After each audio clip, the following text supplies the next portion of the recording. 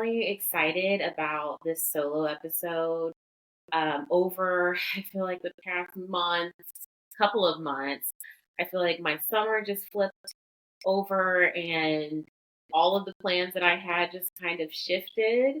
And God is still working on that. But, based off of my recent experience back in June, being impacted by layoffs, it really put me in a position of thinking about what opportunities that I want for myself going forward.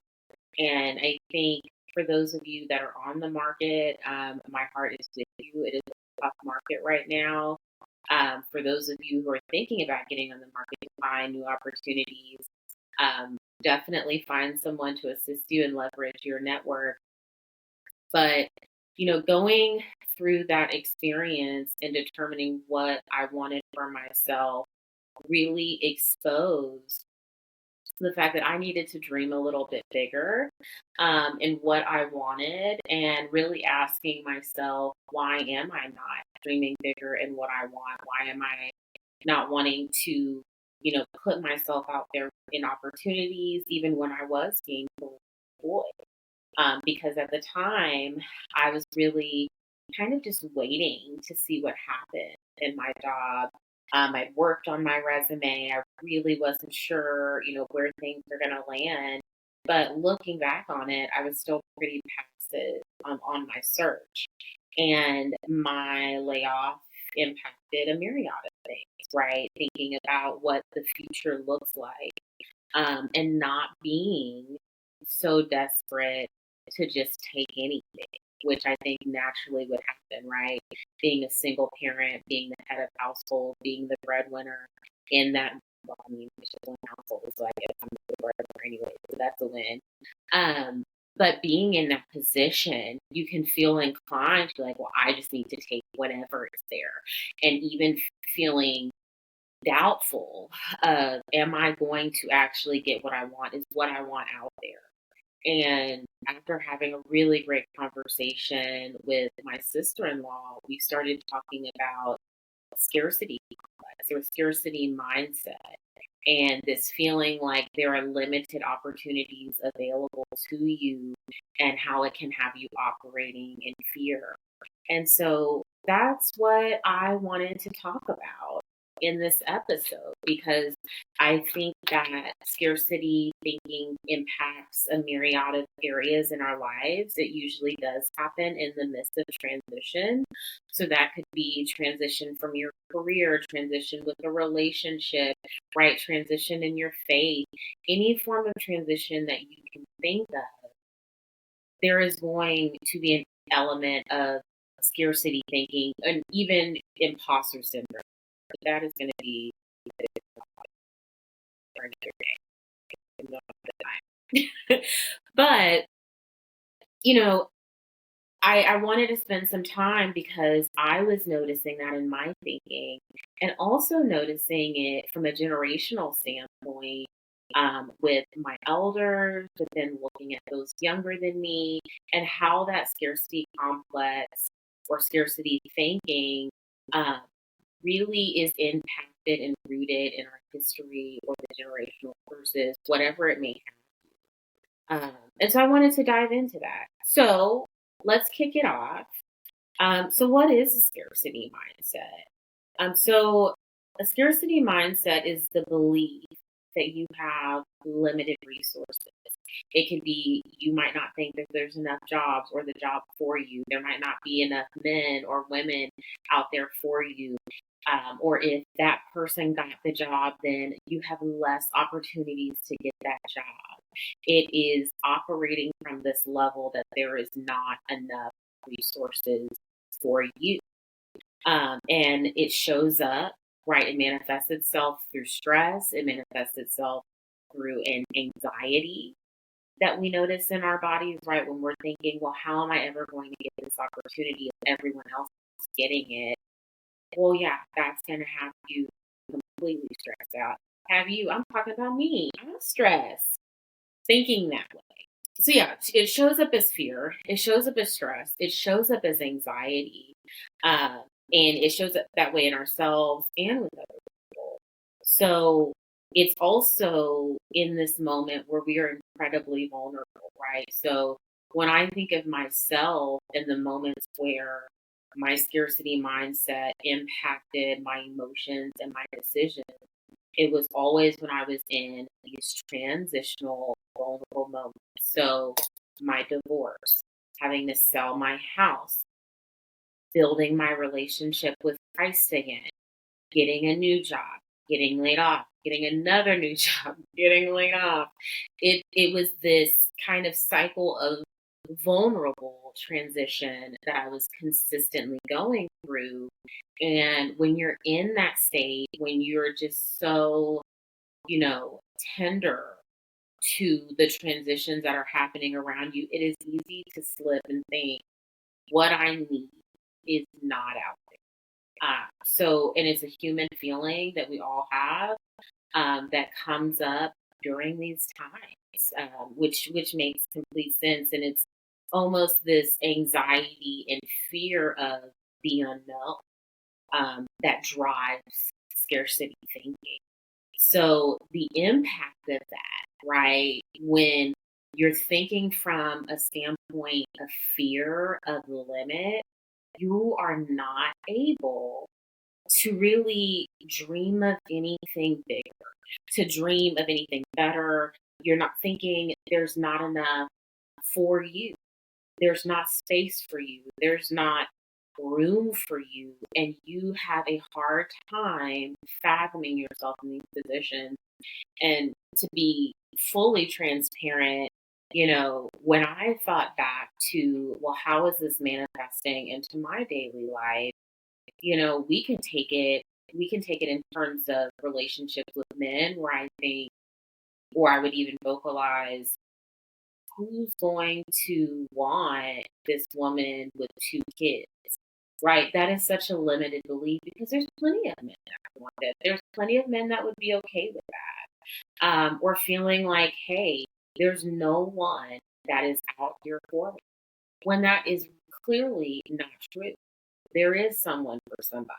Trust me. I think we all have that one person where we're like, how did they end up? There's somebody for everybody.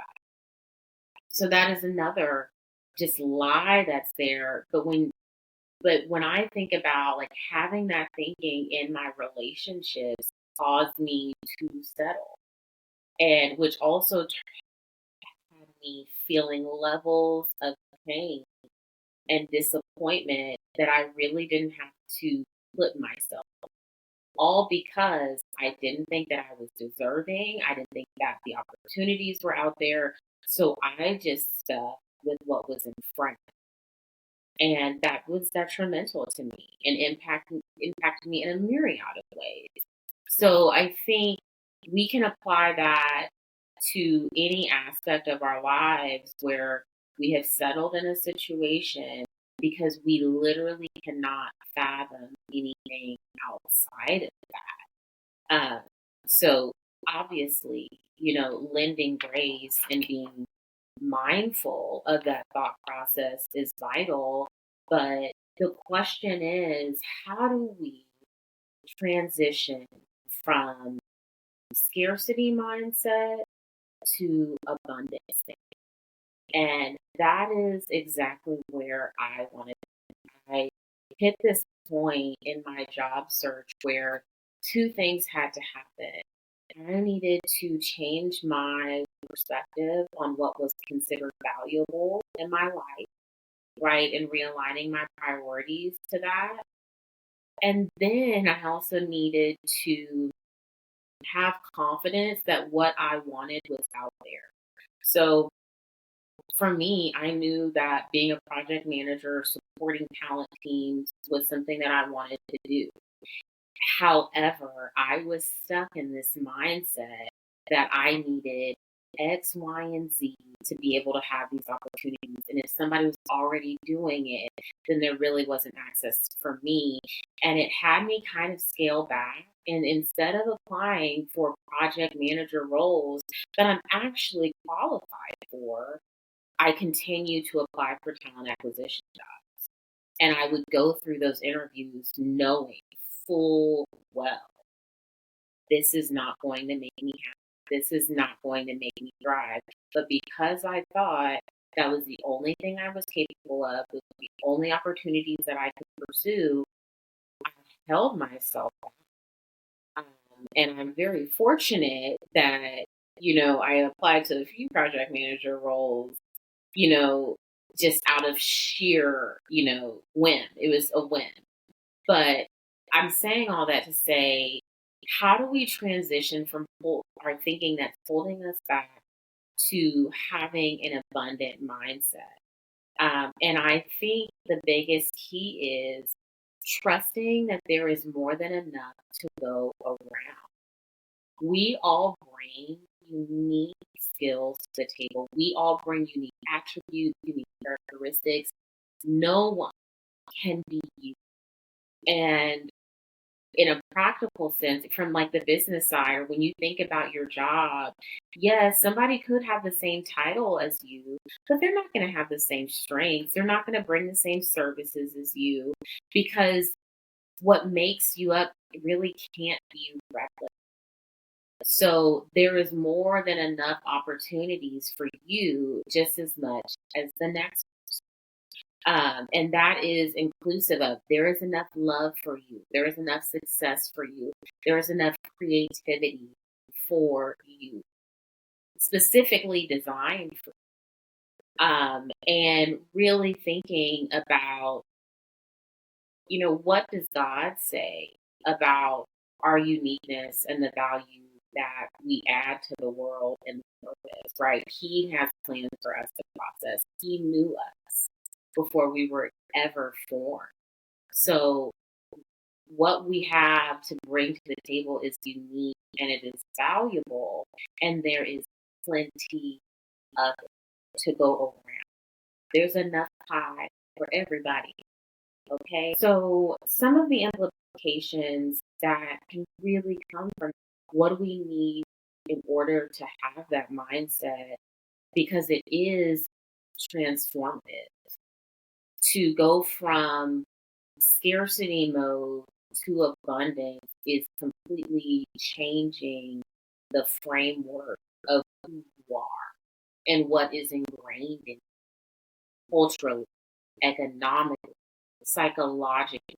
So you're breaking down all of these barriers that you have had for years, your entire life. So it does take practice, and what I've realized, right? It's not something that happens overnight. I'm constantly having to reassess my attitude on things, and we'll get to just some practical steps to this shift. But it takes practice, which means it takes giving yourself grace, giving yourself grace. So into the practical tips, right? The first piece for me that helped make it clear was getting to the root of where does my scarcity mindset come from. And it's interesting, and I'm saying this cautiously, but I would always say, like, how did your parents think? Or what did your parents go through, and did it frame their thinking? Because that's ultimately going to frame yours. And so for me, I would always wonder, right, where my parents were like, you take the job that's giving you the most money. That's all you need to worry about. Get the money. Get the money. If that means you have to drive 2 hours one way to get it, get it.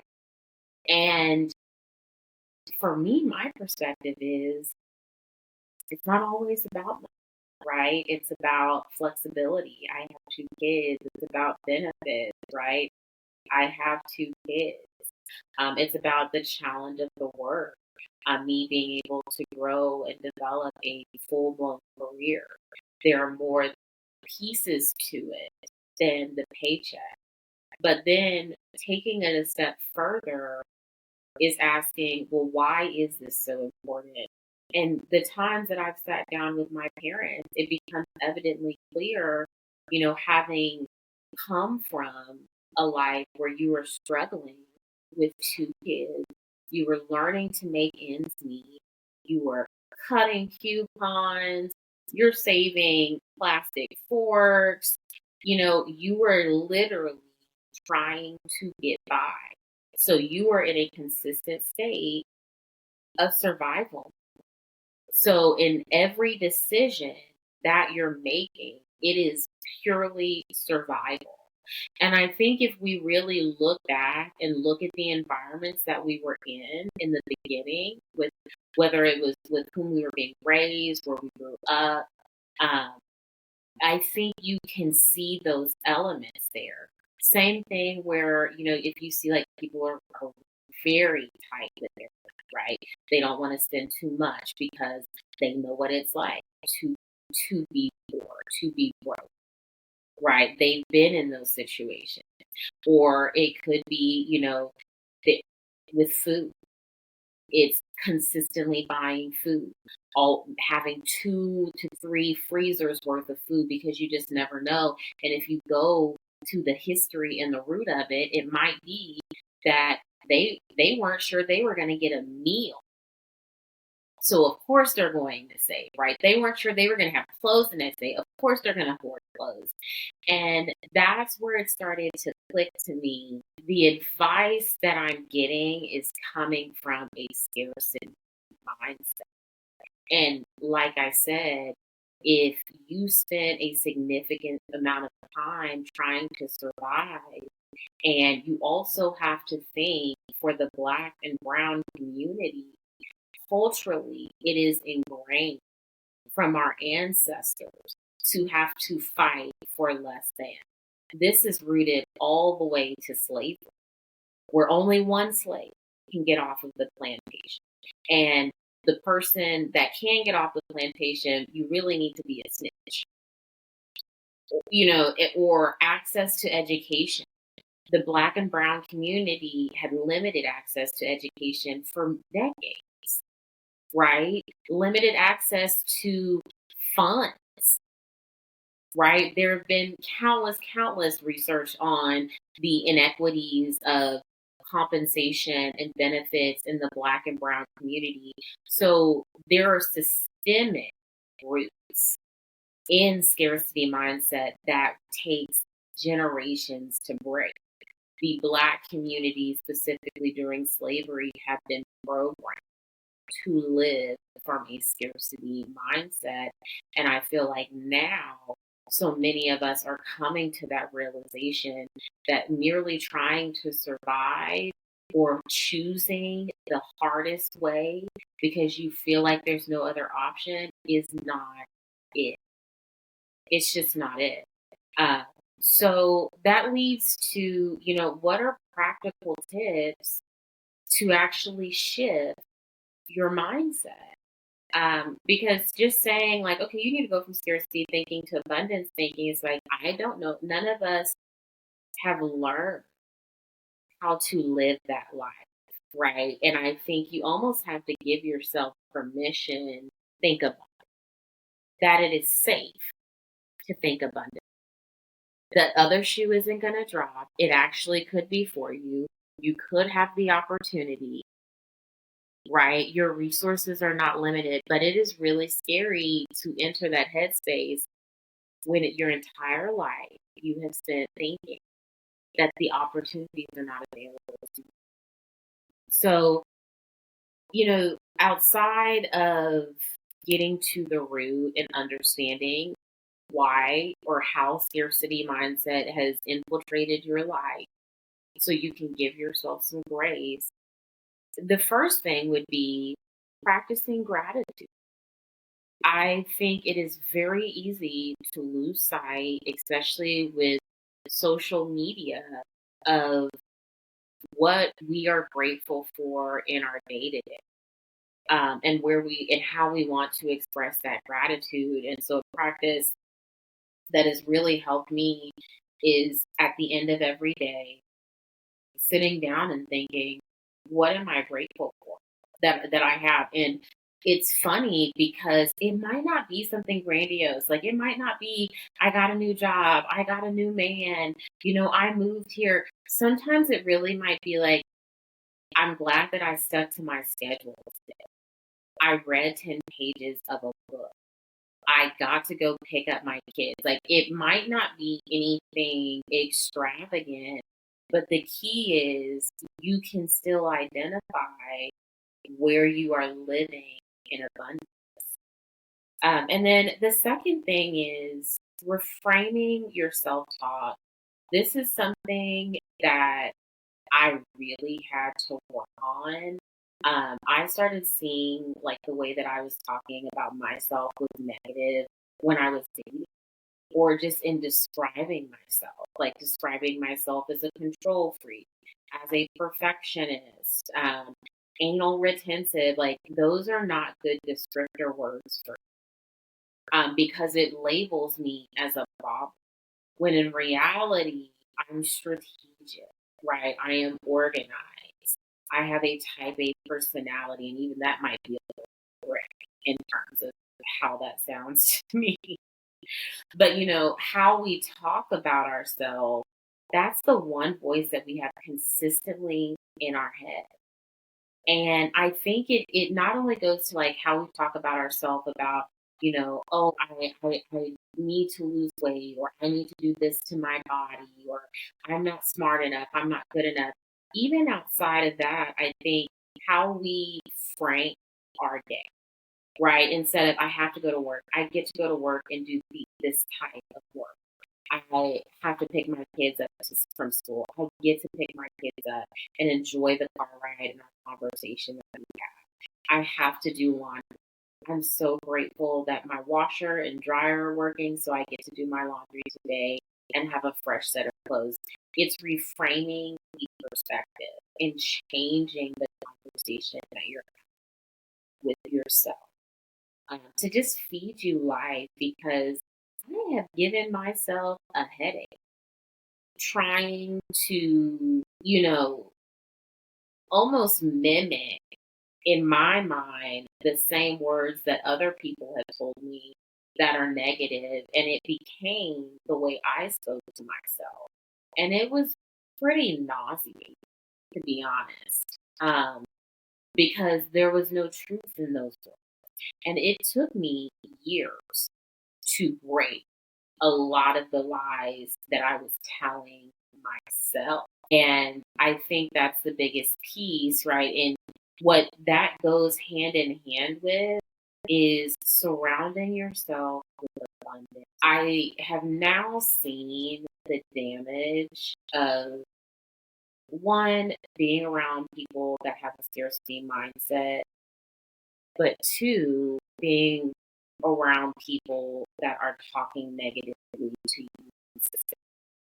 So let's take my job, for example. If I decided to listen to people with a scarcity mindset where it's like, well, you need to take whatever job you can get, you need to only worry about the pay, you need to only take these type of jobs, right? Because that's what's available. It's taking people 18 months to get off the market. You just need to take what's available. If I would have listened to that, I would have yet again found myself in a position because one, people with a scarcity mindset are living in fear, and they are putting fear on you, and they want you to accept that fear because that's all they know. They are going to limit your beliefs in yourself, and a lot of the time unintentionally. They are trying. Remember, they are trying to survive, right? And it's the same thing where if you have, people saying like, you shouldn't go on vacation, you shouldn't be taking a break, hustle all day, don't get any sleep. For what? Like, is there an like, not to say that you need to be lazy. There is obviously a balance, but what am I really going to lose out on?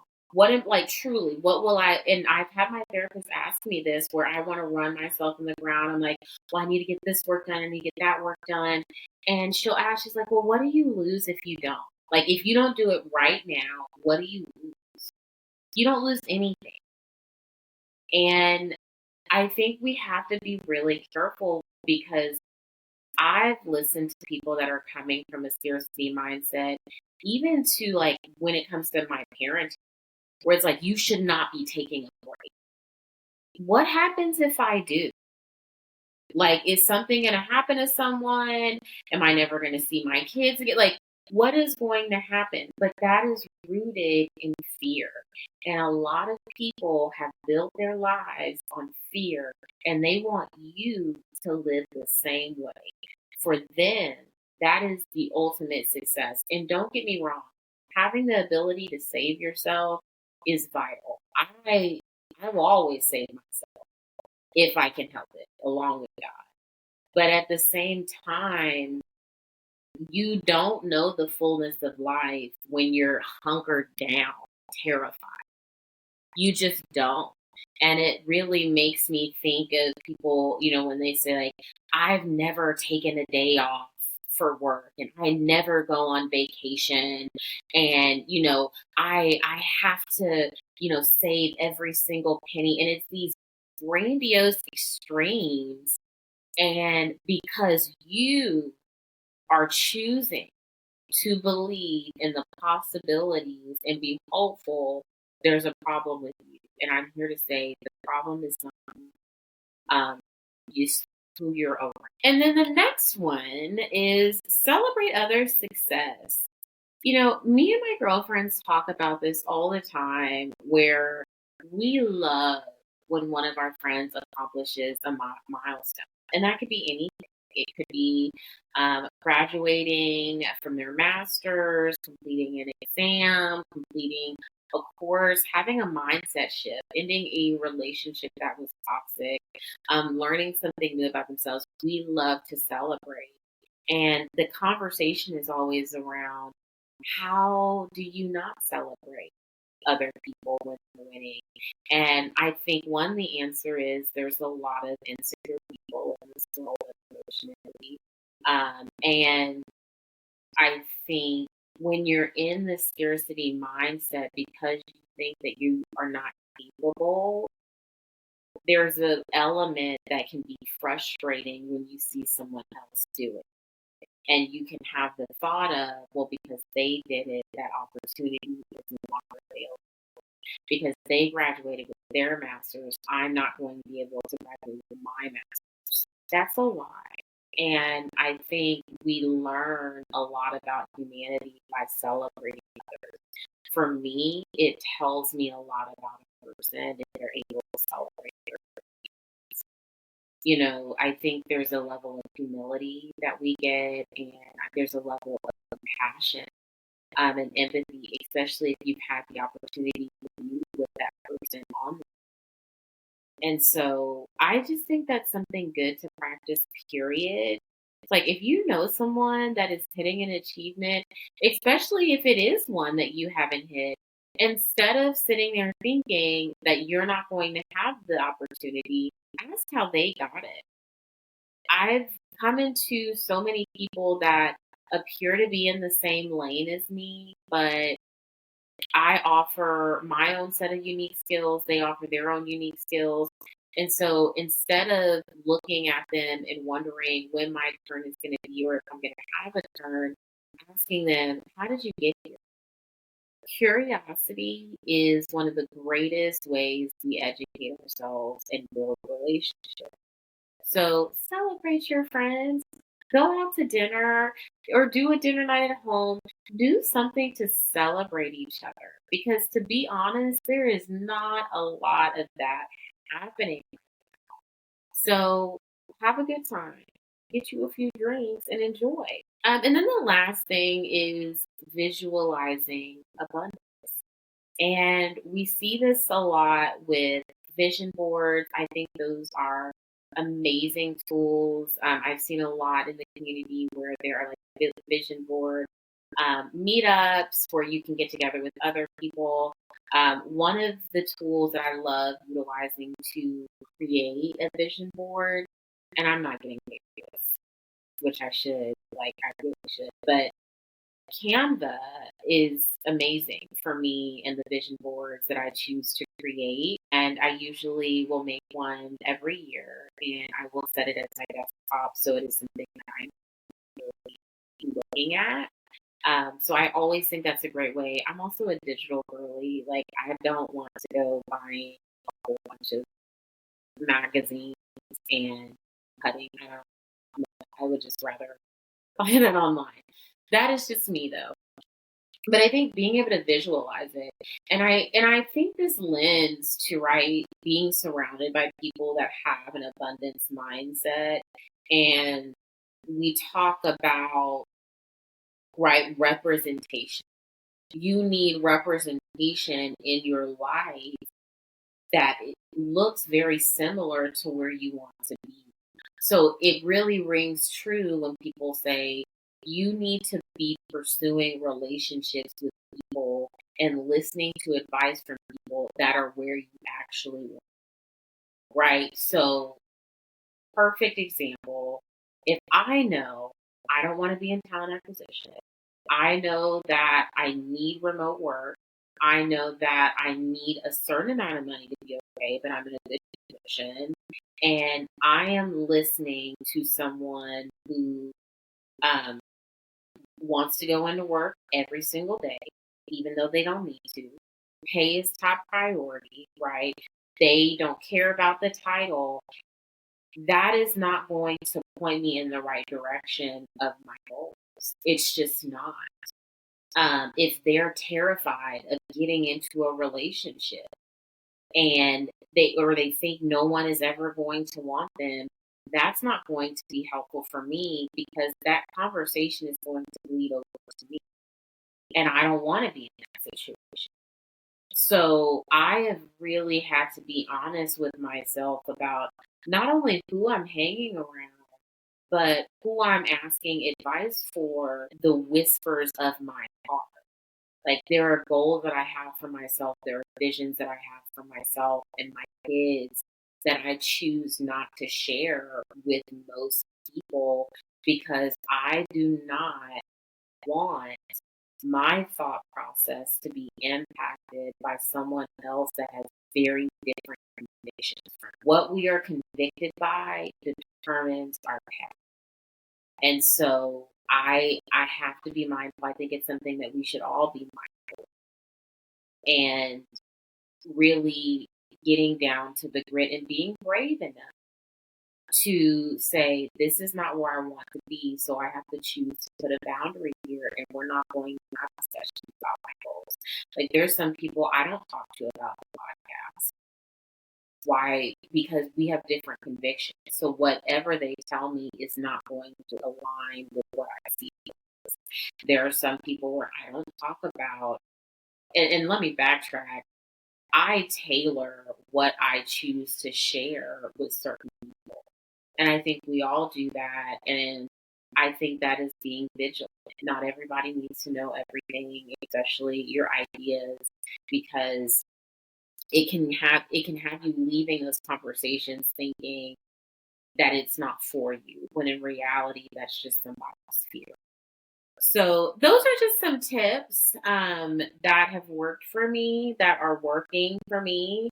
But like I said, I am still in that transition of shifting my mindset and really being able to have discernment on the people around me that have scarcity thinking and abundance thinking and the spaces that I want to be in. So I don't have it figured out at all.